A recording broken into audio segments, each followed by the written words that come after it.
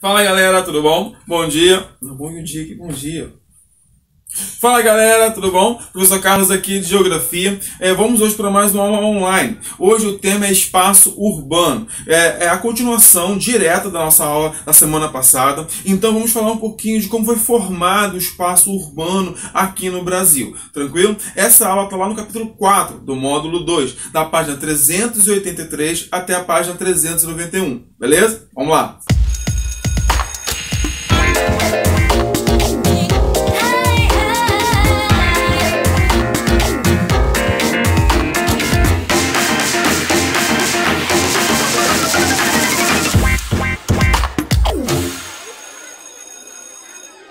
Quando eu falo de espaço urbano no Brasil, eu tenho que entender que esse é uma área muito nova. O espaço urbano brasileiro ele é muito recente. É claro que as capitais, principalmente São Paulo e Rio de Janeiro, já possuem o seu espaço urbano já há muito tempo, desde a época da colonização. No entanto, o Brasil ele passou de fato a ser considerado um país urbano a partir de 1950. Sim, no meados do século XX. Olha só quanto tempo que o Brasil levou para ser considerado um país urbano. Mas como que um país ele é considerado um país urbano ou um país rural? Bom, a maior parte da sua população, 50% maior, tem que estar morando nas cidades. E o Brasil só passou esse número de 50% da sua população vivendo nas cidades a partir de 1950. Então, até 1950, o Brasil era considerado um país rural. A urbanização no Brasil ela está diretamente ligada com a industrialização. Eu não consigo falar de espaço urbano no Brasil sem falar de industrialização.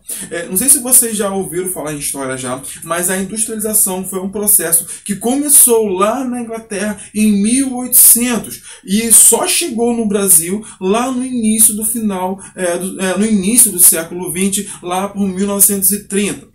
Vou explicar a situação. Até 1930, o Brasil, o principal setor econômico brasileiro, a principal atividade econômica brasileira era a área agrária. E o café estava em alta. O Brasil era o maior exportador, o maior produtor e exportador do mundo de café. Só que em 1929, a Bolsa de Valores de Nova York quebrou e afetou o mundo inteiro. Se ninguém tem dinheiro no mundo, ninguém vai comprar café, vai cortar esses tipos de regalia. E por esse motivo, o café brasileiro começou a entrar em declínio, começou a baixar o número de vendas. O governo federal promoveu diversas medidas, como comprar café, queimar café. No entanto, isso não foi o suficiente e o Brasil começou a entrar em recessão. Bom, percebendo que o Brasil estava em recessão e percebendo que outros países industrializados também passaram pela crise, só que de forma mais agradável, de forma mais tranquila,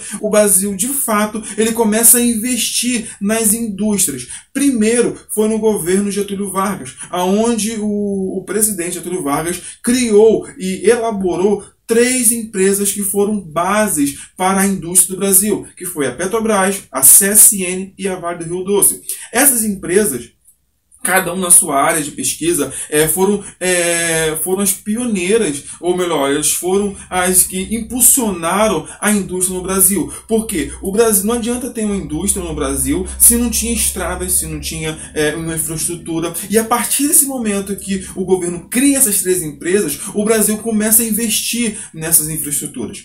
E se falar em infraestrutura, é um dos fatores que leva São Paulo e Rio de Janeiro a dispararem em número de indústrias.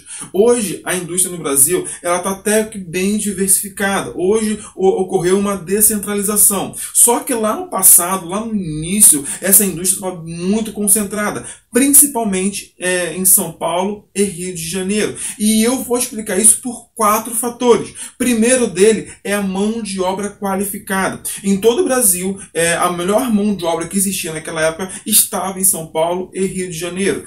Por quê? Por conta de diversos tipos de fatores históricos que vão ocorrendo nessas cidades. Segundo, melhor infraestrutura. Lembrando que o café e outros ciclos econômicos no Brasil ocorreram na região sudeste. O ouro em Minas Gerais, a capital de Porto lugar, o Cerro, Rio de Janeiro, o café em São Paulo, propriamente dito, e com isso esses lugares ganharam muita infraestrutura, construção de ferrovias, rodovias, criação de portos, abastecimento de água e esgoto, e isso facilitava a indústria. E por esse motivo eu tenho as indústrias focadas, concentradas principalmente nesses dois estados, e mais principalmente em São Paulo, onde tinha mais dinheiro. O terceiro fator que eu posso estar destacando é a proximidade com a matéria-prima, porque toda indústria ela precisa de uma matéria-prima, seja ela que venha da zona rural, seja ela que venha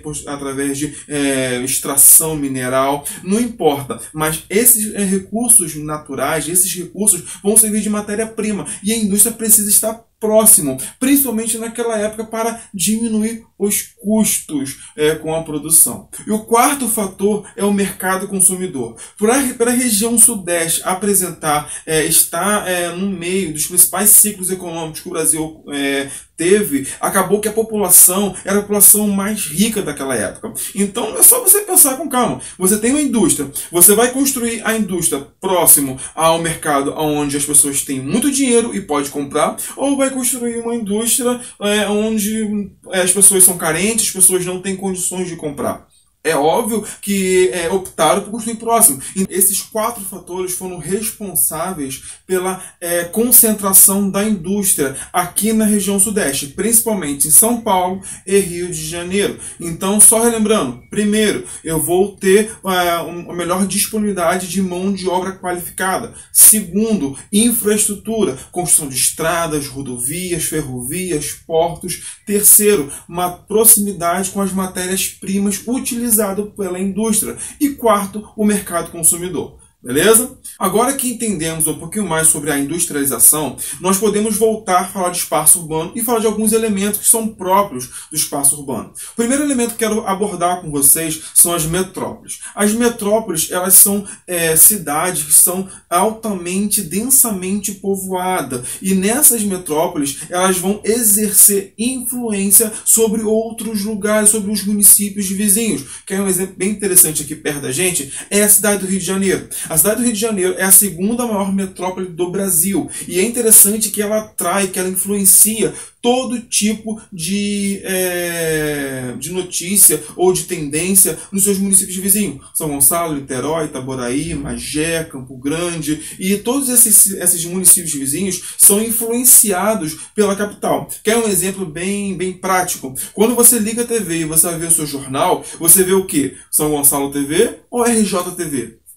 Bom, então, a cidade do Rio de Janeiro, ela influencia até nos serviços. Quando você quer comprar algo melhor, ou você quer uma especialidade de médicos que só existe na capital, no Rio de Janeiro, então você precisa se deslocar para esses lugares. As metrópoles, elas vão exercer uma influência tanto cultural, tanto econômica sobre os municípios vizinhos. E eu vou existir alguns níveis de hierarquia das metrópoles. Por exemplo, eu vou ter as metrópoles internacionais, um exemplo, Nova York, Tóquio, Londres, são as metrópoles que são conhecidas internacionalmente. No Brasil só existe uma, que é São Paulo.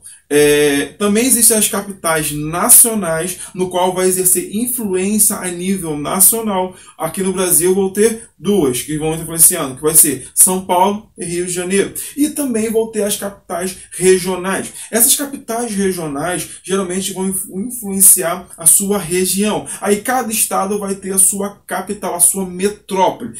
Cada capital acaba sendo uma metrópole e acaba influenciando os municípios vizinhos. O segundo elemento do espaço urbano que eu preciso falar com vocês é da região metropolitana. Região metropolitana é uma região definida pelo governo, no qual vai ter a metrópole no centro e ao lado vai ser o raio de influência daquela capital. Por exemplo, São Gonçalo, Niterói, Itaboraí, Magé, Campo Grande, elas estão no raio de influência da capital Rio de Janeiro. Então acaba recebendo o nome de região metropolitana. Então eu e você podemos falar que não moramos na metrópole, mas moramos na região metropolitana, que é a região que é diretamente influenciada pela capital. Tranquilo? Um outro fator que eu posso destacar também do espaço urbano brasileiro, eu vou chamar de conurbação. Conurbação é quando dois municípios ou duas cidades acabam se crescendo tanto em relação à sua malha populacional, suas casas, suas ruas, que acabam um se encontrando com o outro e você não sabe onde começa um, onde termina o outro. Um exemplo bem próximo da gente é Niterói e São Gonçalo, naquela parte ali do Barreto, aonde você não sabe onde começa São Gonçalo, onde termina Niterói, aonde cada um, nem mesmo os próprios moradores sabem identificar aonde começa e aonde termina outro município. O mais próximo ainda de vocês seria o encontro de Itaboraí com São Gonçalo. Eu sei que o Apolo 1 e o Apolo 2 é de Itaboraí, já o Apolo 3 é de São Gonçalo, e acaba que você não sabe aonde começa um, aonde começa outro, e fica uma confusão.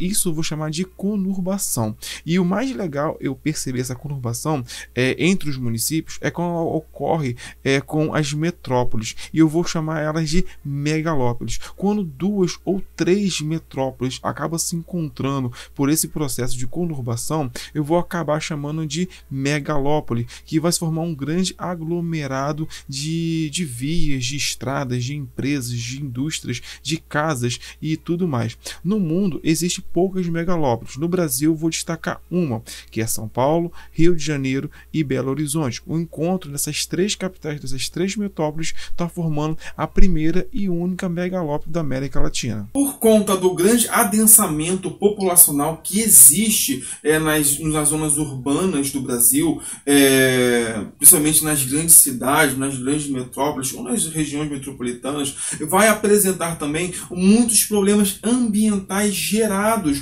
pela essa grande quantidade de pessoas. Quer um exemplo bem prático para a gente?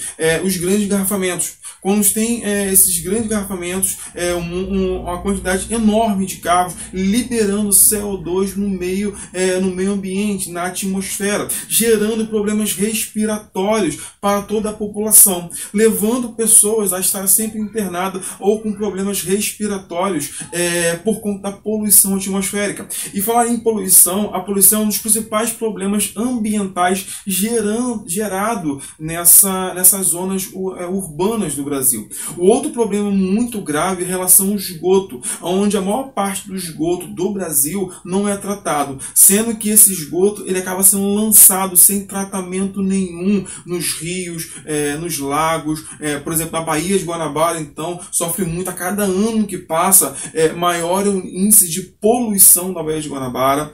Um outro problema com lixo também é a produção de lixo gerado pela gente, que acaba poluindo, jogando na rua, ou até mesmo lixo que a gente consome, que está produzido na nossa casa, que a gente bota para o caminhão levar, onde não tem uma área devida ou adequada para ser destinada, sendo jogada em grandes lixões e acaba gerando chorume e poluindo os lençóis freáticos e os rios. Também existe um outro problema da impermeabilização do solo, que eu vou estar criando o asfalto ou vou estar calçando o solo e impedindo que a água infiltre no solo. E esse é um problema muito grave, porque primeiro vai impedir da água da chuva alimentar os lençóis freáticos, que alimentam por sua vez os rios. E outro problema dessa impermeabilização é a formação de grandes enchentes. Geralmente, quando há enchente, quando há alagamento em alguns lugares, é por conta dessa impermeabilização,